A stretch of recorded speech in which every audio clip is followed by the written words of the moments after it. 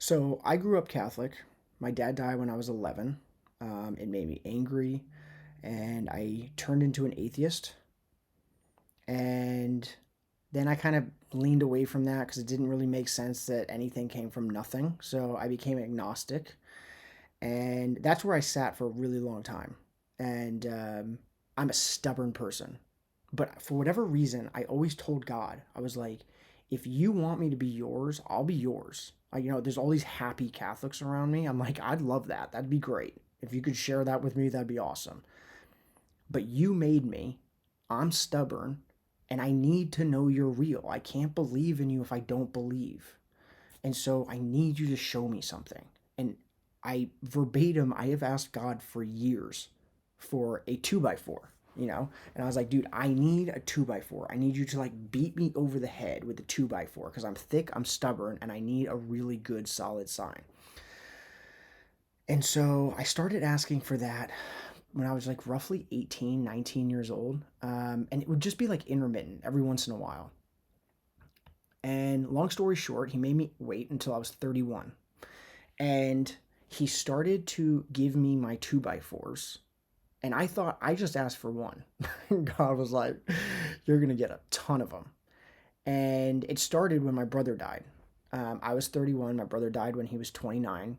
And God waited until I was ready. And I wasn't ready up until that point. But the week that my brother died, he had belonged to this church in Minnesota. And when I went home for his funeral, before the funeral, I had gone to his church. And I flew into the airport, and my mom picked me up. We went straight to his church. There was a service that was going to start in like 20 minutes. We were able to make it. It's like, okay, let's go to Phelan's church and see what, I don't know. It just felt like it was the place where we could go to be a little closer to Phelan. And honestly, for the first time since I was like 11 years old, I was 31, so 20 years. And I sat in that church, and it wasn't a Catholic church, but for the first time since I was 11, I sat in a church and I was at peace, and it brought me happiness. And it makes me emotional to even say that because it's bringing up the emotions right now. And it's like, oh man, the music hit home. Everything was like perfect. It was like designed. I don't know if the whole thing was designed for me. It probably maybe spoke to a lot of other people, but God knew that that church in that moment was exactly what I needed. And for the first time in 20 years, it opened my mind up to the idea that like, oh, I actually might like church. So that was like my first two by four. He opened me up to religion. The second one was he opened me up to Catholicism about a year later. So I started becoming open to the idea of going back to church. I started growing my faith a little bit, talking to God every once in a while. And then I was down in Naples, Florida, where my in laws have a house. And I have had many conversations with my in laws over the years. And long story short, I'm a very patriotic person. I will never leave the United States because I see it as the last true beacon of freedom in the world. And if America falls, then the world will fall into a very dark place. And my father in law knows this. And we were having a discussion for about an hour about Catholicism because I had pulled my wife away from the church. She was Catholic when I met her, and I had kind of convinced her over time that we don't really need to do this. It doesn't make any sense. And I brought up all of like the normal arguments, like why does God allow bad things to happen? Like, why does the church not allow gay marriage? Like, all these different things. And so I had pulled her away.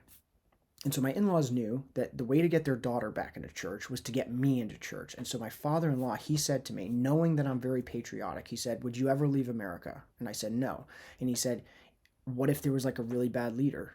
And I said, no. And he said, why? And I said, because it's home and I would never leave. I would fight. And he's like, that's how I think of the Catholic Church. It's true. It is the only hope that we have because it's the only truth that we have, and I can't leave.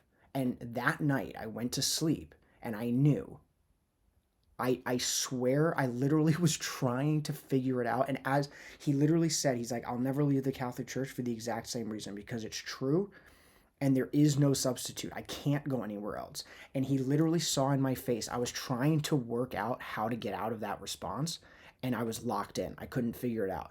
And he saw that in my eyes, and he literally went, mic drop, and he got up and he walked away, and that was the end of the conversation. It was like an hour-long conversation. He got up and walked away, and he did it in like a humorous way. It wasn't a jab. He was just like, gotcha, you know. And so I was literally sitting in bed for like 3 hours that night trying to figure out how to get out of this question or how to get out of his point, and I couldn't. And so I went to bed that night honestly knowing that eventually I would become a Catholic. So eventually I ended up back in a Catholic church, which asking for two by fours, I told my wife, I was like, if we're gonna be Catholics, we're gonna be good ones. We're gonna find a good church, none of this wishy-washy nonsense. And the church, we went to like 4 or 5 different churches around us, and the one that we landed on was the church that we got married in 8 years prior. Two by four. I didn't make any friends. I live in Maryland. I didn't make any friends when I moved here for about 5 years. I'm a pretty social, outgoing guy, but I like deep, honest relationships. I don't really do shallow relationships. And I just didn't find that with anybody. I just didn't connect with anybody around me. And then I came to this church, and long story short, I made more friends than literally I know what to do with now, right? Two by four, like number like 12 at that point. But in this story, that was like two by four, number 3. So the church that my brother went to opened me up to Catholicism. I made a bunch of friends. And then right before Easter 2025, which was like 2 months ago, a month and a half ago, I stopped watching the news. For whatever reason, I was like done. And there's a friend of mine that goes to my church that I met, 6 months ago or so. And he has this peace about him. And I wanted that because I was so angry for so long. And I was like, I want that peace. And I asked him one day, and I forget exactly how the whole conversation went, but he was like, one of the big things is I just don't watch the news. And I had been like an avid news listener. I mean, hours a day listening to different podcasts and stuff like that for about 8 or 9 years. And then 2 to 3 weeks before Easter, I stopped listening to the news, right? And so my point in saying that is because for whatever reason, I stopped listening, which I thought was my choice. But God was like, no, I need you to be at peace on Easter Day. And on Easter Sunday, I went home, and there were like some family issues that were going on, which I thought I was going to solve because I was going to go home and make everything right. And long story short, I had prayed about this weekend more than any other weekend I've ever spent with my family, and not ready to go into all of the details right now. But what happened was I wanted everybody else to change. And I came out of that weekend realizing that I actually needed to change. I needed to forgive everybody for what I thought they had done wrong. I needed to let my anger go that I had been holding on to literally my entire life, even before my dad died when I was 11. Um, I was just angry. I would like hit my brother like viciously. And finally, I'm just not. It honestly, it's just gone. And, it's not totally gone, but it is not there in the way that it was. And so that was like Easter Sunday 2025 was like the big miracle that I had asked for like 18 years. And it like makes me emotional because like I thought all these 2 by 4s, I had prayed to God for so long for a 2 by 4. And this is just the way that I see it, but this is how God works. He is so much more powerful than a 2 by 4. So this is the way that my mortal mind can come up with a good analogy. But I was like, oh, can you give me a 2 by 4? And he's like, oh, I'll give you 2 by 4s. But once you're ready, I'm going to, this is what I saw him doing. He picked up a sequoia tree. He ripped it from its roots out of the California National Forest. And then on Easter Sunday and for the next 3 days, he beat my head for 3 or 4 days. And that was the miracle. I had asked for 2 by 4s, and I got a sequoia tree to the head for 4 days. And some people will be like, I don't know.